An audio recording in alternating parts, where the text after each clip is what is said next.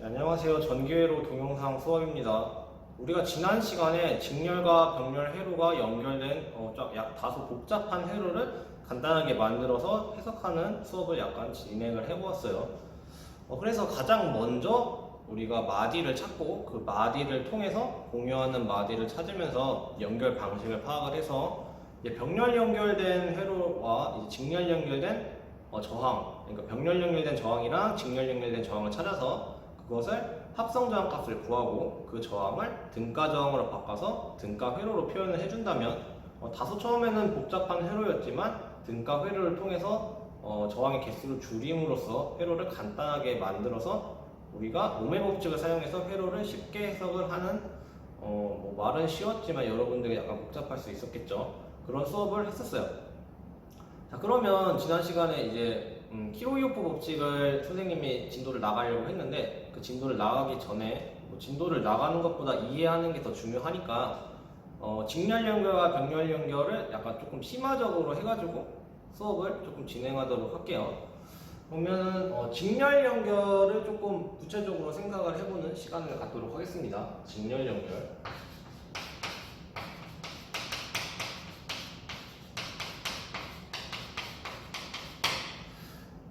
직렬 연결은 선생님이 말했듯이 저항 두 개가 마디 하나를 공유하는 방식을 직렬 연결이라고 부른다고 했어요. 한번 그려보겠습니다. 저항이 하나랑 저항이 두 개랑 저항이 세 개짜리 이렇게 직렬로 연결된 회로를 한번 생각을 해봅시다. 전기 이렇게 연결해 주고요. 그러면 계산하기 쉽게 하는 게 당연히 좋겠죠. 1옴짜리 하나랑 2옴짜리 하나랑 3옴짜리 하나가 이렇게 직렬로 연결되어 있다고 지금 가정을 해봅시다. 계산을 쉽게 하려니까 여기가 6V면은 계산이 쉽겠죠. 6V 전지가 연결이 되어 있다고 생각을 해볼게요. 전지는 긴 쪽에 플러스 짧은 쪽에 마이너스라고 했습니다.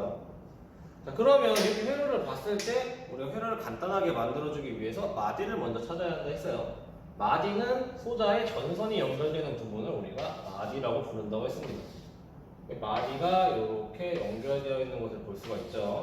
전지 양쪽 마디와 1옴짜리 저항 양쪽의 마디, 2옴짜리 저항 양쪽의 마디가 있다고 봅시다. 2옴짜리 저항은 세모로 표시할게요. 조금 구분해주기 위해서. 그리고 3옴짜리 저항에도 마디가 마찬가지로 양쪽에 이렇게 두 개가 있는 것을 알 수가 있죠. 그러면 1옴짜리랑 2옴짜리는 지금 이 동그라미 세모가 전선으로 이어져 있기 때문에 마디를 공유하는 사실을 알 수가 있어요. 즉 1옴과 2옴은 마디 하나를 공유하고 있기 때문에 얘네 둘은 직렬로 연결되어 있다고 볼 수가 있겠죠.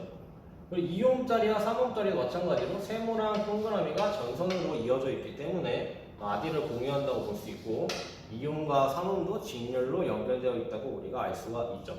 그러면 우리는 이거 가지고 지금 회로를 간단하게 바꿀 수가 있어요. 등가 회로를 사용해가지고 우리가 회로를 간단하게 만들 수가 있습니다. 칠판이 좁으니까 위로 올라갔다가 아래로 내려가는 그림으로 그릴게요. 그러면 일단 1옴짜리랑 2옴짜리 합성 저항 값을 먼저 구해봅시다. 그러면 1 1이라고 할게요. 합성 저항 값이 1 더하기 2니까 합성 저항 값이 3옴이 된다는 것을 우리가 알 수가 있죠. 그러면 저걸 등가 저항으로 바꾸면 2옴짜리 하나랑 1옴짜리 하나가 이렇게 저항 두 개가 있는 게 아니라 3옴짜리 저항 하나가 연결된 회로로 우리가 바꿀 수가 있어요. 그럼 이 3옴짜리 저항이랑 3옴짜리 저항이랑 직렬 이게 안전 안내 문자 때문에 동영상이 매번 끊기네요. 아무튼 간에 요거 이렇게 3옴짜리 두 개가 직렬로 연결된 회로로 지금 간단하게 바꿨어요. 즉 3개짜리에서 저항 2개짜리로 회로가 간단해진 것을 볼 수가 있죠. 이 간단해진 회로도 마디를 찾아보면 3옴짜리 합성 저항에도 마디가 존재를 하고 오른쪽에 그냥 저항 3옴짜리에도 마디가 이렇게 존재를 하는데 마디가 전선으로 연결이 돼서 마디를 공유하고 있는 것을 알 수가 있어요. 즉 1옴짜리, 2옴짜리 합성 저항이 1옴짜리, 2옴짜리의 등가 저항이 3옴짜리 저항이랑 직렬로 연결된 사실을 알 수가 있죠.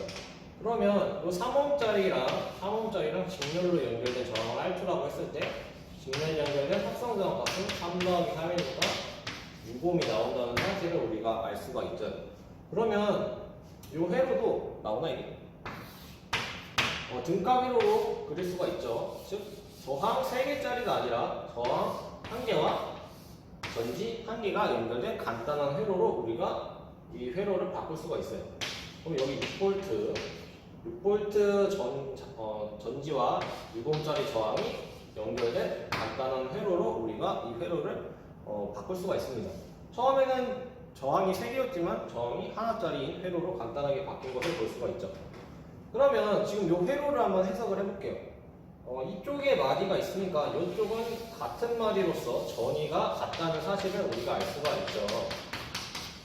이쪽도 마찬가지로 저항의 오른쪽과 전지의 오른쪽도 마디가 같기 때문에 전이가 같다는 사실을 알 수가 있습니다. 근데 선생님이 항상 했듯이 마이너스는 0V 전이를 갖는다고 가정을 하고 한번 해석을 해볼게요. 그럼 오른쪽의 전이는 0V가 되고 왼쪽의 전이는 전이차 6V를 갖기 위해서 왼쪽의 전이는 6V가 되겠죠.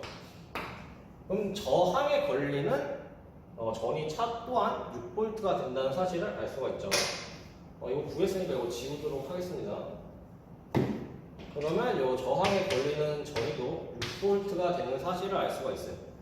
그러면 우리가 오음의 법칙을 사용해서 이 회로에 흐르는 전류를 계산할 수가 있다고 했습니다. I는 R분의 V이기 때문에 지금 합성 저항 값이 6옴이고 전압이 6V이기 때문에 전류값은 지금 1A가 나온다는 사실을 알 수가 있어요. 즉 이 회로에는 지금 1A의 전류가 흐르고 있는 거예요. 이렇게 1A의 전류가 흐르고 있습니다. 그럼 이 회로랑 같기 때문에 이 회로에도 1A의 전류가 똑같이 흐르고 있는 거예요. 그럼 이 회로랑 같기 때문에 이 회로 또한 이쪽에 1A의 전류가 흐르고 있다는 사실을 알 수가 있어요. 그러면 직렬 연결 같은 경우에는 선생님이 전류의 값이 똑같은 특징을 갖는다고 했어요. 그러니까 여기 1A 흐르면 여기도 1A 흐르고 여기도 1A 흐르고 직렬로 연결된 것들끼리는 같은 전류값을 갖는 특징을 갖는 것이 직렬 연결의 특징이라고 했습니다. 그러면 지금 이렇게 1A가 흐르는 것을 두 번째 배열에서 한번 살펴보도록 할게요. 그럼 이 1A 흐르는 거 가지고 우리가 전이차를 오음의 법칙을 사용해서 계산을 할 수가 있어요. V는 IR이기 때문에 위에도 지우도록 하겠습니다. V는 IR이라는 공식을 사용해서 우리가 3옴짜리, 합성저항 3옴짜리와 그냥 일반 저항 3옴짜리에 걸리는 전이차도 계산을 할 수가 있어요. I는 1A고 저항은 3옴이기 때문에 전이차가 지금 3V가 걸리는 것을 알 수가 있죠. 그러면 여기 3V는 전위차예요. 전위가 아니라 전위차입니다. 이거 나중에 키로요포 법칙 가면 헷갈리니까 전위차랑 전위를 구분할 수 있어야 돼요. 오음의 법칙에서 구하는 것은 전위차입니다. 전위차. 그렇기 때문에 3V에 걸리는 전이차도 3V고 3옴짜리 저항에 걸리는 전이차도 3V라는 사실을 우리가 알 수가 있어요. 그럼 여기 뭐 3나누기 3하면 1A 나오고 당연히 3나누기 3하면 1A 나오니까 3옴짜리 저항에는 1A가 동일하게 흐르는 사실을 알 수가 있죠. 이렇기 때문에 직렬 연결에서 흐르는 전류는 같다는 사실을 알 수가 있어요. 그럼 지금 보면 여기 3V가 걸리는 것을 알았기 때문에 이 회로랑 같다고 했죠. 이 회로는 여기 3V가 걸리는 사실을 알 수가 있어요. 그럼 이 3V는 어디에 걸릴까요? 3옴짜리 합성 저항에 걸리는 것이기 때문에 이 전체 합성 저항에 걸리는 것이 3V예요. 1A, 2A에 3V가 각각 걸리는 게 아니라 이 전체에 걸리는 게 3V라는 사실을 알아야 합니다. 그러면 우리 이거 가지고 약간 계산을 할 수가 있어요. 여기가 지금 3V잖아요. 전이차가. 그러면 이거 가지고 우리가 또 전위를 계산을 할 수가 있죠. 전위를 또 한번 계산을 해보도록 합시다. 1A가 흐르기 때문에 1옴에 걸리는 전이차는 1V가 되는 사실을 알 수가 있고 2옴에 걸리는 전이차도 1 곱하기 2 하면 2V가 나온다는 사실을 우리가 계산해서 알 수가 있죠. 그러면 전이차가 1V이기 때문에 여기도 마찬가지로 전지의 왼쪽과 요 1옴짜리 저항의 왼쪽은 마디를 공유하고 있기 때문에 같은 전위를 갖는다는 사실을 알 수가 있고, 같은 방법으로 저 전지의 오른쪽도 전위가 같기 때문에 여기도 이렇게 표시를 해주도록 하겠습니다.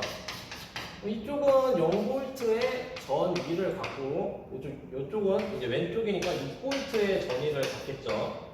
근데 지금 1옴짜리에 걸리는 전위차가 1V이기 때문에 6V와 이쪽 마디의 전위차가 1V가 되기 위해서는 이쪽의 전위차는 5V가 돼야겠죠. 전위차가 아니라 전위입니다. 전위. 그래서 이쪽 마디는 전위가 5V가 된다는 사실을 우리가 지금 알아냈어요. 그럼 이쪽 전위가 5V인데 요 2옴짜리에 걸리는 전위차가 2V가 되기 위해서는 이쪽의 전위와 요 5V의 전위 차이가 2V가 나와야 돼요. 그래서 5 빼기 몇을 해야 2V가 되냐면 3V여야지 5 빼기 3이니까 2V가 그대로 나오겠죠. 그럼 여기는 3V예요. 3V. 이쪽 마디가 3V예요. 그럼 이쪽 마디 아까 0V라고 했죠. 3 빼기 0 하면 3V 나오죠. 계산하지도 않아도 당연히 이건 당연한 이치이기 때문에 이쪽이 3V가 나오고 이쪽이 0V가 나와서 전위차 3V가 나오는 것은 당연한 사실입니다. 만약에 다르면 계산을 그냥 잘못한 거예요. 자, 그러면 이거를 왜 구구절절 설명을 했냐면 실생활에 여러분들 적용을 할 수 있도록 하기 위해서 이렇게 구구절절 설명을 했어요. 이 얘기를 왜 했냐면 그냥 잠깐 지우도록 하겠습니다. 지금 보면은 첫 단은 전위가 6V로 시작을 한 걸 알 수가 있어요. 첫 단은 전위가 6V였는데 저항을 지나갈 때마다 지금 전위가 6, 5, 3, 0 이렇게 줄어드는 것을 볼 수가 있어요. 즉 연결된 직렬로 연결된 단이 길어질수록 끝단으로 갈수록 전위 값이 감소하는 사실을 우리가 알 수가 있습니다. 그럼 요걸 어디서 볼 수가 있냐면 보는 것보다 일단 생각을 해봅시다. 그럼 처음에 우리가 6V를 전달을 하고자 했었는데 점점 전위가 줄어서 3V가 최종단에 전달이 된 거잖아요. 그럼 이렇게 봤을 때 이게 좋을까요? 나쁠까요? 당연히 나쁘겠죠. 그럼 이런 직렬 연결을 왜 쓸까? 왜 쓰는 게 아니라 뭐 의도에 따라서 쓸 수도 있지만 우리가 원하지 않아도 이런 게 생긴다고 했어요. 수업 시간에 잠깐 얘기를 했었어요. 이런 걸 어디서 쓰냐면 이제 우리가 집에 이렇게 예시로 전봇대를 들게요. 전봇대가 가장 편하니까 이런 식으로 생겼죠. 이렇게 전봇대 이렇게 있었다고 생각을 해볼게요. 근데 전봇대가 이렇게 타고 이렇게 가정 집에 이렇게 들어왔다고 생각을 해봅시다. 별로 집 같지가 않아요. 집이라고 할게요. 이렇게 집에 전기가 딱 들어왔어요. 그러면 지금 이 회로가 어떻게 그려지냐면 그릴 필요가 없네. 이거 지울게요. 쓸 줄 알고 냅뒀는데 쓸 필요가 없을 것 같네.